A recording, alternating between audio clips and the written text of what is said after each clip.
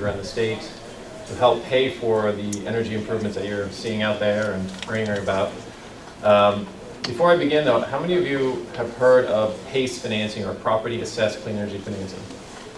All right, so I'm going to give you a little bit of a touch of that right now, but we have a deeper dive session. If you like what you're hearing, a deeper dive at 1:30, where we're going to go into much deeper analysis of PACE financing.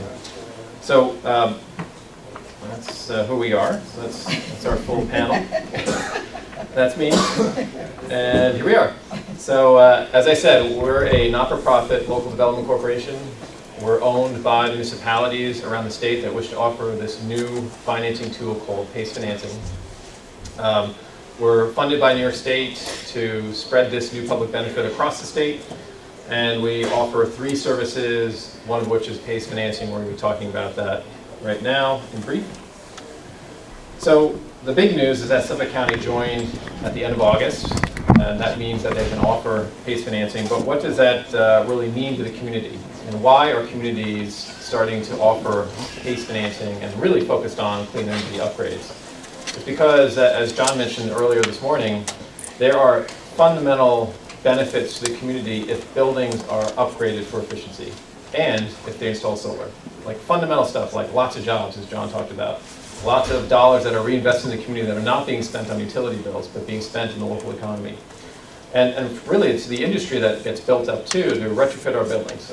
Many of our buildings are beautiful and really old, but they're really, really old and bad on efficiency. So how do we improve them in a cost-effective way?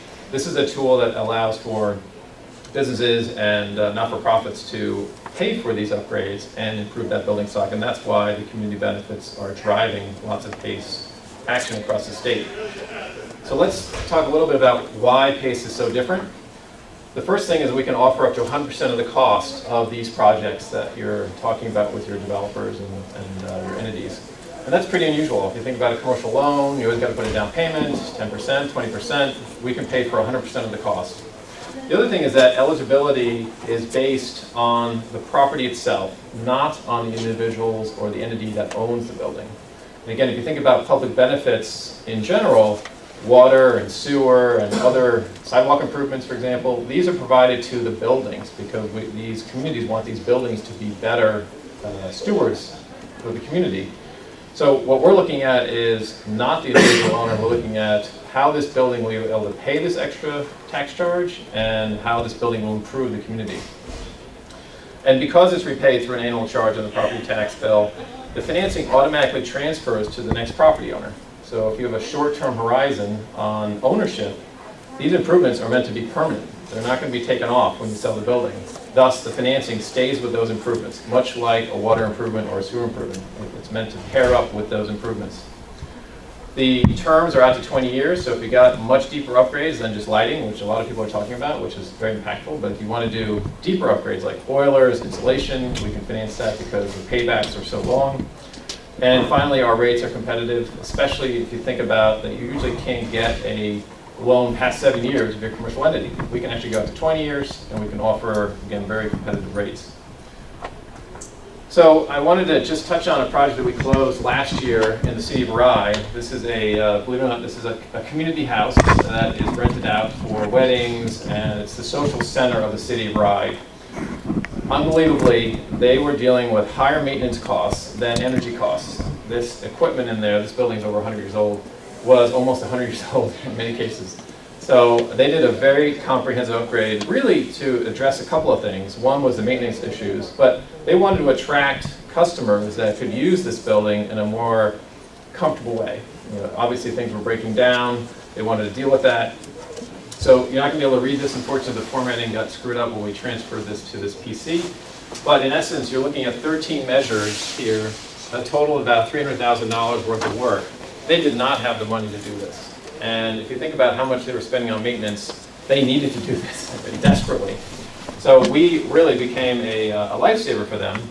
The most interesting aspect is why this got done wasn't necessarily because of the net savings. This is $4,000 of net savings from the energy work that was being done. So the energy savings has to be greater than the tax charge. That's what that amount is. It really was about fixing the building in a permanent way and being able to afford that for the long-term health of this building. So that's what we offer to entities that are across the board. We can finance buildings that are not just not-for-profits, but basically any building that is not individually owned. So it's across the board of the building stock, except if it's individually owned. And the measures are anything that is run through PSEG or through an NYSERDA program.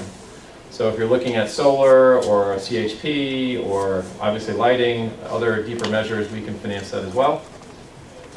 Our footprint right now is about 40% of the population of the state outside of New York City. New York City has not activated this yet. Nassau is just about to turn on. And again, everything in orange we're discussing actively. But Suffolk is operational. In fact, we have 6 live projects and over 30 prospective projects already, just activating last 2 months ago. Our fees are how we support ourselves. So our municipalities don't pay us anything to operate. So this is how we pay for the services that we're offering to the community. And all these fees may be capitalized into the loan. As I mentioned earlier, we have 2 criteria. The first is looking at how does this building show that they've been timely on their payments for mortgages and taxes and other obligations. And the second really stems from, does this improvement pay for the extra charge, the tax charge that will be on the property? If those 2 things broadly are met, then we can finance the upgrades. Our application process is meant to be simple.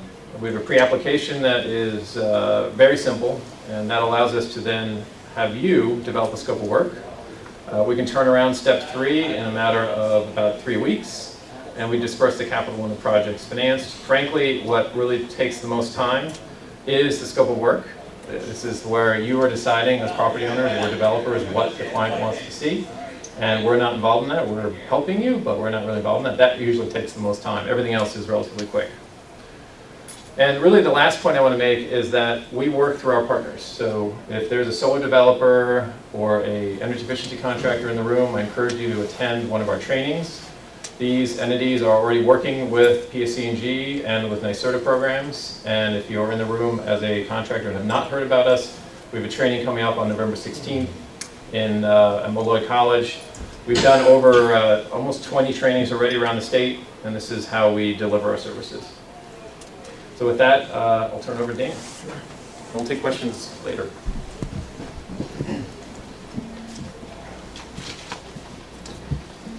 So my name is Dan Audette. I'm with a company called Energy Tax Savers, and we specialize in tax incentives for energy projects. And today we're going to give an overview about a particular tax incentive that we're going to focus on. And we're going to highlight this. It's called EPACT 179D, and we're going to highlight this because it's pretty underutilized and there's a lot of overlap with the rebates that PSEG is offering. A lot of you guys are here to learn about these PSEG rebates, and there's a lot of overlap between this, so if you're here to learn about that, you're probably going to be interested in this. And what this incentive is, it's up to $1.80 per square foot as a tax deduction or the cost of a project. And it incentivizes any project done on the interior lighting, the HVAC, or the building envelope, which is the walls, the windows, the roof, anything on the exterior of the building. This is $1.80 per square foot. It can be broken down into 60 cents for each of these categories, but it doesn't necessarily have to be. Anytime you do a project in one of these categories, as long as you show the overall building energy cost savings, you're eligible for that full $1.80 per square foot incentive. And the way this is verified, it's using energy models, it's against ASHRAE standards, which are out of books. This is stuff that our company verifies. This incentive's been around for a long time. It was originally passed in 2005. It's been available continuously for 11 years now. It's currently in place through the end of the year. So any project installed before December 31st is still eligible for this incentive. In terms of the future of this benefit, we are optimistic that it would be extended. It's been extended about 5 times in that time period. We're confident there'll at least be another year out of this. And the benefit is available for both new construction and existing building retrofits. It treats both of them the same way. And there's for commercial buildings, it goes to whoever pays for the project. Meaning, if you're a building owner, you put in new lighting, you'd be the one getting the incentive. If you're a tenant and you're paying for this equipment, it's going on your books, you'd be the one getting the benefit. And then for government buildings, there's a special part of this incentive where if it's a government building and you're the one designing the equipment, you'd be the one getting the benefit. So say you have a K through 12 school, you're a lighting designer, you're choosing what fixtures go in the building, that benefit would be yours. And that's been a popular part of this incentive, probably the most popular part of this. And the way we look at buildings for this incentive, we kind of divide them into two different categories. There's buildings that are more HVAC driven, buildings with high air conditioning loads, like schools, offices, hotels. And these are buildings that the success of this incentive is more dependent on whatever HVAC system you're putting in the building. Usually a combination of efficient equipment and good controls is going to be enough to trigger this incentive. Then there's buildings that are more lighting driven. Those are buildings without really any air conditioning, industrial type buildings, warehouses, manufacturing buildings. These are ones that doing traditional lighting upgrades like current LEDs or efficient fluorescence is usually enough to trigger that full $1.80 per square foot benefit. And this benefit is driven by the square footage. Larger the building, larger the benefit. And here's a map of stuff that we've done locally. It's still pretty underutilized in terms of people that are doing projects that aren't taking this benefit. Whether it's the building owners themselves who aren't aware of this incentive, or if it's vendors who aren't really incorporating this incentive into their process. There's still a lot of potential to use this benefit out there. And we have a slide right here just kind of showing an example of how this incentive plays into the payback of a project. If it's hard to see, give me your card, write slides, I'll send you a copy of this. But say you have a 100,000 square foot building, a warehouse, and you're replacing the lighting in the building. Lighting's probably the easiest project type to trigger this category. It's probably the best project payback that anybody's getting as well in terms of energy savings. But say you have this 100,000 square foot warehouse, it has those old metal halides in the building, and it's going to be replaced with new LED fixtures. Say it's $500 a fixture, that's about a $100,000 project cost. PSEG Long Island offers excellent rebates. They'd probably give you about $200 a unit on that. That would be $40,000 rebate right off that initial project cost. So $100,000 project cost minus a $40,000 rebate, that's $60,000 that's left on the table. This project, based on the details, would probably trigger that full $1.80 per square foot incentive. It would likely be limited to that current project cost, though, of $60,000, after rebate. And this is a tax deduction, so it's not dollar for dollar. To get the actual value, you have to multiply by a tax rate. And we're assuming a 40% tax rate here, so $60,000 times 40%, it's $24,000, roughly the value of that 1 year tax deduction. So adding it all together, $100,000 project cost, minus a $40,000 rebate, minus $24,000 in that first year tax savings, it's about $36,000 that cost of the project in the first year. That's not even taking into account the energy savings that you get from doing this type of upgrade as well. So, combining all these things together can be pretty powerful in terms of that initial payback.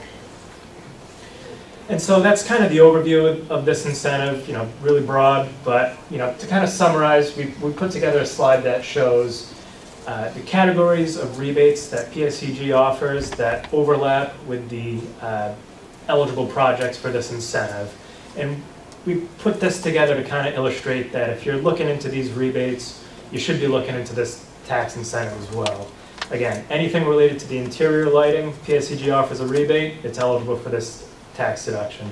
Anything related to the HVAC, whether it's chillers, combined heat and power, efficient systems like that, or efficient controls like variable frequency drives, these are great for this incentive as well. So, again, anytime you're looking at a rebate, you should be looking at this tax incentive. And we'll turn it over to Marshall.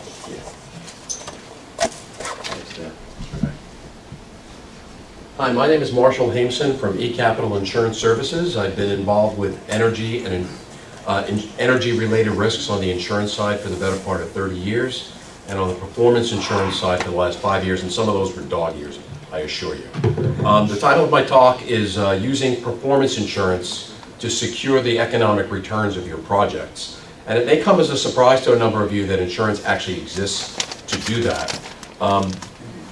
We know there's a whole lot of things going on in terms of being able to generate kilowatts through solar, cogen, and in order to save kilowatts, and I'm using that to incorporate therms and everything else, through controls, efficient lighting, HVAC, and those are now being monetized and becoming a new asset class, essentially.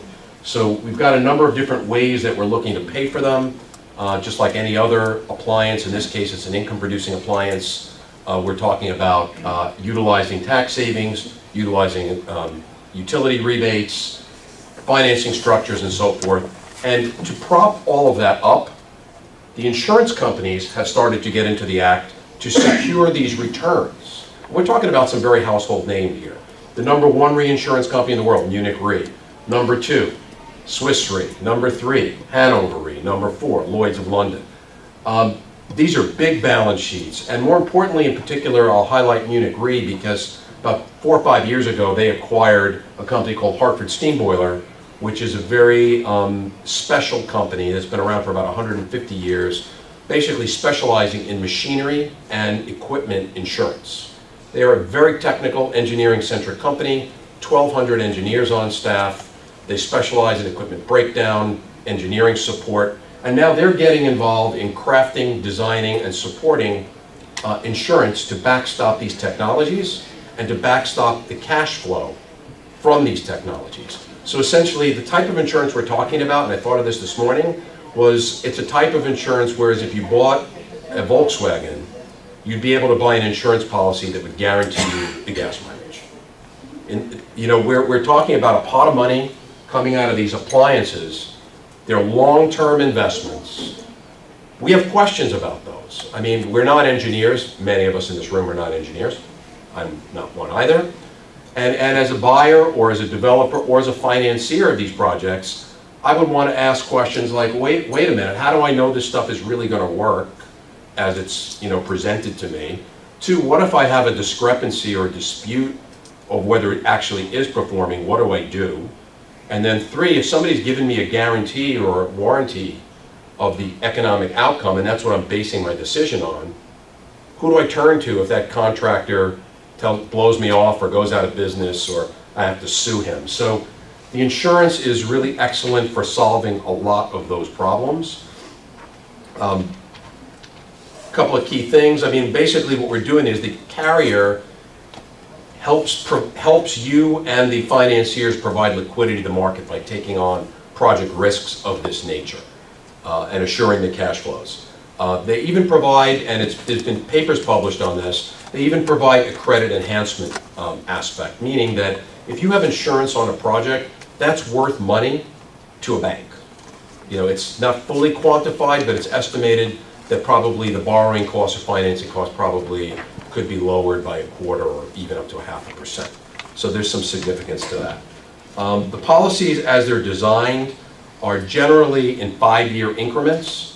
So from the ribbon cutting, you're starting onto the performance period, and you can usually buy insurance in 5-year increments. Some policies can be extended to a 10-year term. So just to give an example, let's say we're putting in a cogen installation and it's $1 million cogen. And it pays back in, well, let me make it, $3 million cogen. It pays back in roughly 3 or 4 years, meaning it's producing about $1 million a year of cash flow. It's supposed to last about 20 years. So you're putting in $3 million. Your expectation is you're going to get $20 million out of that thing. That's an ATM machine by any other way you can imagine.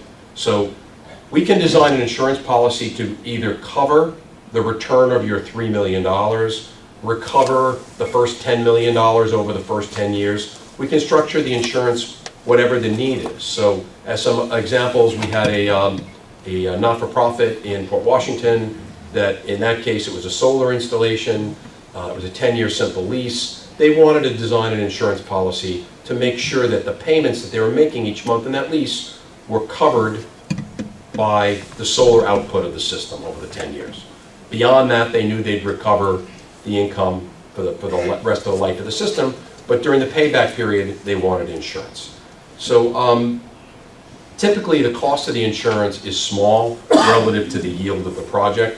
In the case of that $1 million a year cash flow I was describing on the cogen, you're probably looking at about $50,000 to cover each $1 million of savings or yield. So if a project costs $3 million and is going to generate 20, putting insurance of that kind of cost magnitude, it's a rounding error. It's a couple of months worth of savings. It's, you know, the belt and suspenders that a lot of customers, a lot of contractors, and a lot of financiers are looking for. So again, if you're a developer or a installing these projects, you're competing with the big ESCOs that are providing guaranteed savings proposals, or you want to be able to compete and say to customers, look, you can buy from Mark, but if you buy from Marshall, you get a 5-year guarantee that the stuff I'm promising you is actually going to happen because Hartford Steam Boiler is standing behind it. So however you work that into your cost, you can make that as a competitive advantage. If you're a building owner, you obviously have the confidence, much more confidence to say yes, because you don't have to put that engineer hat on and kind of figure out what it is. The technology risk is being taken on by the carrier. Carrier is there to settle a claim for you. Carrier is there to be your partner if things go off the rails and get them back on the rails so that you're back to producing income. And then finally, if you're an investor, and they chopped off one of my words, investors are concerned about underwriting on credit, with the exception of the PACE situation where credit is less important. The insurance is really also like PACE, project-centric rather than credit-centric. So the investors, when they're looking to deploy capital at scale, millions of dollars, tens of millions of dollars, hundreds of millions of dollars into these projects, if there's a standard best practices that involves passing the smell test with the insurer, or if you put an insurance policy, as we have done, to guarantee and ensure the return that they're getting on their money, it makes it a lot easier for them to go to their investment boards and justify these deployments. Let's see, wrapping up. It's not easy insurance to write in the traditional sense. I mean, you can pick up the phone and talk to Allstate and do it over the phone. Here you have to supply a lot of information to the carrier to get these projects underwritten. I encourage you to go to a portal that I've just put up recently, www.nyeip.com, the New York Energy Insurance Portal. And if you register and start to tell us some things about your project, about your building, about the contractor, about the project designs, about the economics and the calculations, we can then, with your permission, start sharing that information with the various insurance carriers who you select, or we help you select, and some financier options as well. So in finishing, let me just say, you know, I'm a New Yorker. I'm by nature skeptical. I think most people are. The most skeptical people in the room are really the insurance companies. They're putting their balance sheet and their money behind the economics and engineering of these projects.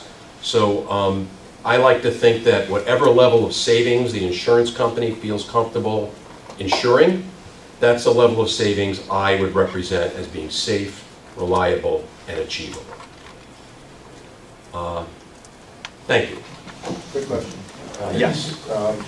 Are these insurance policies applicable to smaller projects such as like lighting, LED lighting projects, anywhere from $10,000 to $50,000 projects, or is this kind of geared for the bigger ticket items? Well, it's yes and yes, meaning that the insurance companies do want to scale, so they're looking for bigger projects, but they're also looking for aggregations of smaller projects. So in fact, most of the insurance that we've written that's so far has been programmatic. We have one investor who is insuring and deploying projects in the small business space, projects $10,000, $50,000, up to $250,000. And we worked out with the insurance company in advance that we don't have to go through an intensive underwriting each time with those projects, because we know what are the measures, what is the profiling, what are the calculations, what is the engineering, And they've already underwritten that on a programmatic basis, so we're just adding project after project to the policy. It wouldn't be cost effective to do a small project on a standalone basis. Gotcha. Another follow-up, is that still about 5% or so cost? Is that what we're looking at? Yes. Question regarding the PACE program, you had said that it was not live in Nassau County yet, but when is it actually going live? We expect it to be alive by the end of the year. The hard lift was done already. The local law was passed to enable it. Now it's really just paperwork, and not sure how the recent disarray at the top there is going to affect this, but there's a very strong interest on the legislature side and the county executive side to get it done, but again, it's probably slowed down a little bit. Is it possible to start the process rolling before the? We are definitely taking applications with the caveat that we can't finance until the paperwork's been completed, but we have about a dozen projects already in process in Nassau. And what's the average size that you're looking at? Our average size is about $225,000 of the active list that we have. We have projects ranging from $4 million down to $15,000. So we'll do any project in the middle there. Gentleman on the back, please. Can I have more information about PACE at 1:30? Yeah. I have a question. So if in 18 project, you have a large project, right? And you have, you get PACE financing to pay for the cost of the project through the savings, right?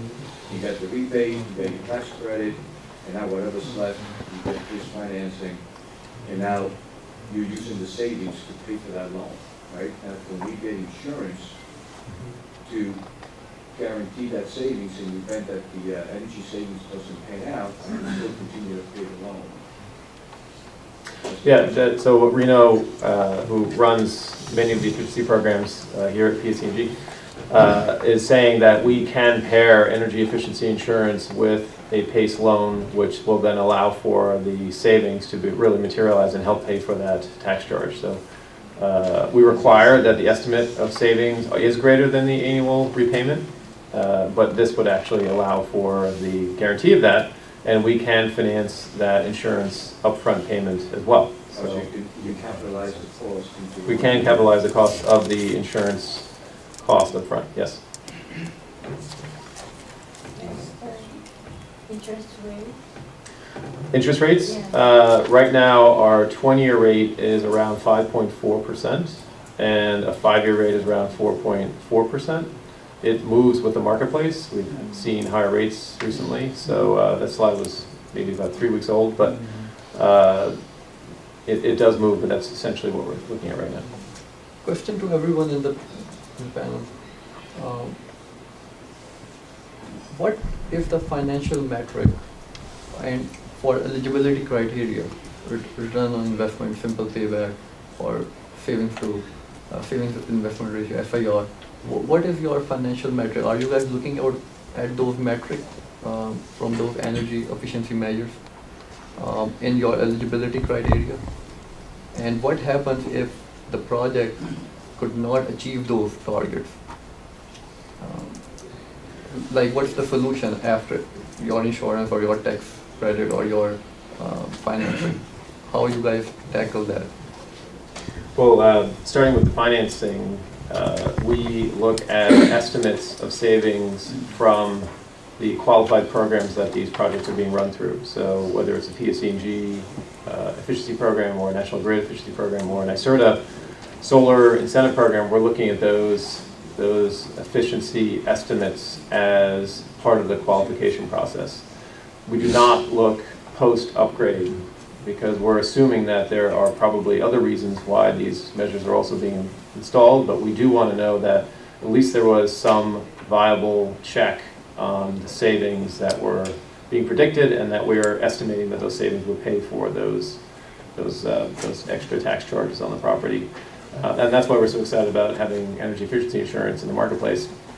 The project that we financed, the Rye project, they purchased a maintenance insurance program for that, and we financed that. because we knew that the not-for-profit didn't really have the staff capability to really maintain and to run the new systems in that building effectively. They didn't have a building and maintenance staff really to do that. So we strongly encouraged them to purchase that so that they could realize the savings that were predicted from that scope of work. It's kind of a virtuous circle because the reduction in energy cost helps to pay for the loan. So anybody who's putting money out there is looking to make sure that the savings are actually realized to repay the loan. But what type of security do you have?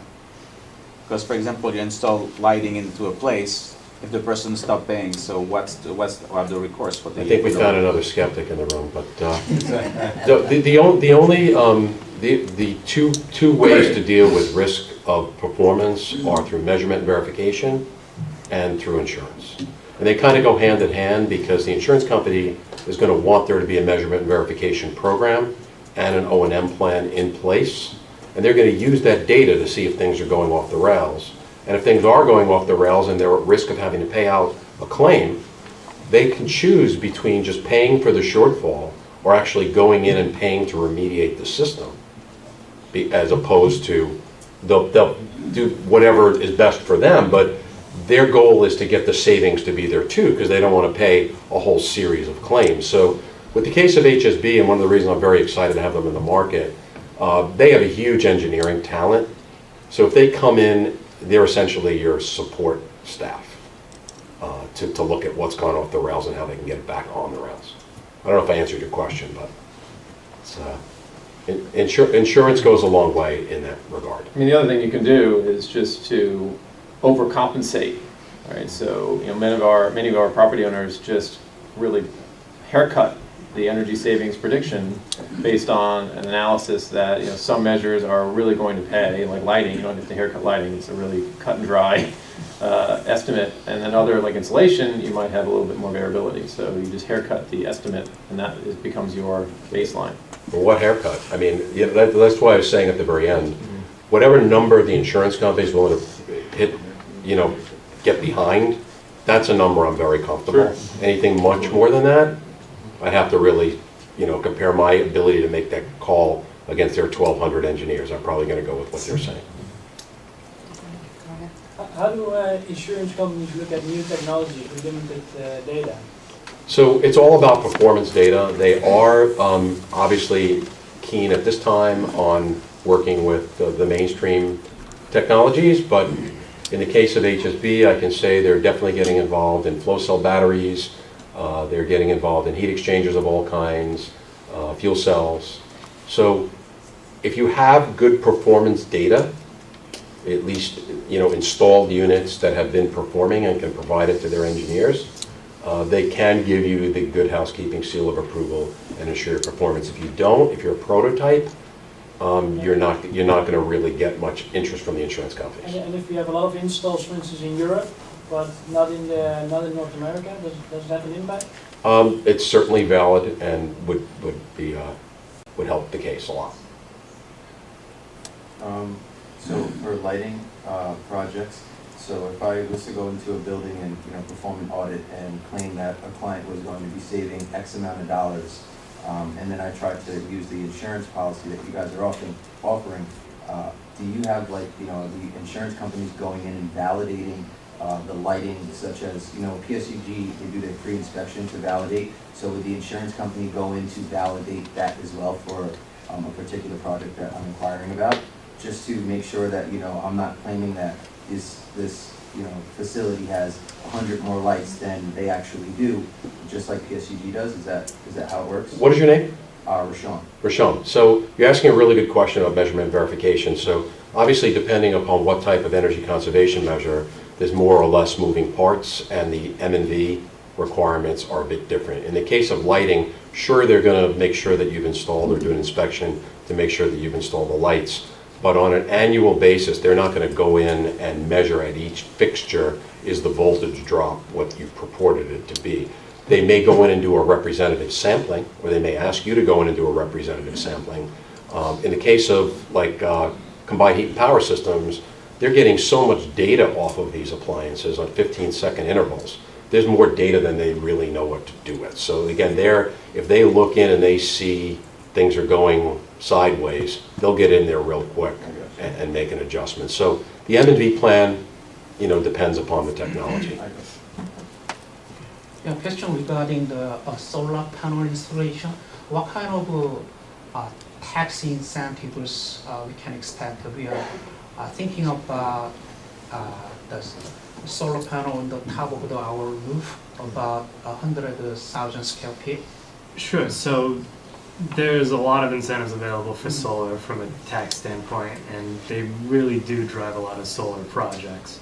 There's a 30% tax credit straight off the top of that cost, and that's available for the next few years, as long as you start, I think, before Next year, yes. 21 or something. That's good. Yeah, so you're definitely in the window for that. They allow you to depreciate the cost of that Okay. over 5 years, which means you pretty much can write off the whole cost of that over a 5-year period. Okay. And there's also what you call bonus depreciation, which means a lot of that comes earlier in that process. The way all the tax incentives for solar work out, you pretty much get 50% of that initial project cost back in that first year. So Okay. there's tax incentives, they're powerful, they really drive a lot of those. Okay, thank you. What about from state? Is there any additional tax benefit? Most states do. I'm not familiar with New York especially, but yeah, most states usually do have an extra bonus on top.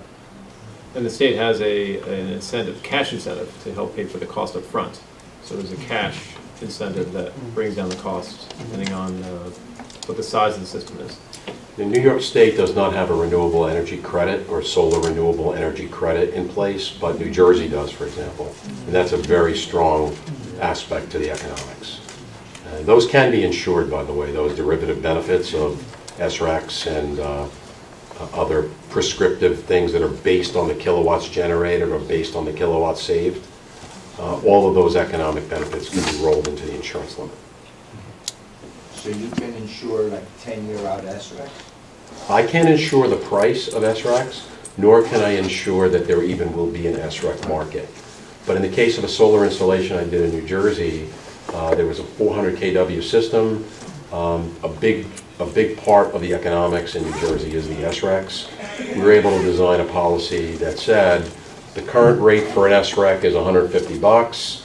We'll put that in our limit, and then if there's a claim for a shortfall in kilowatts, we'll pay the lesser of $150 or whatever the current price is. So there is a way to deal with that. You're welcome. Any other questions?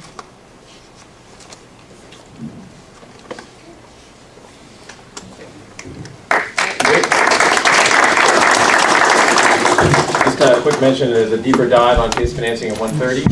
And I want to introduce Susan Morth, who is our project development head here. Any questions? Any questions? We're here.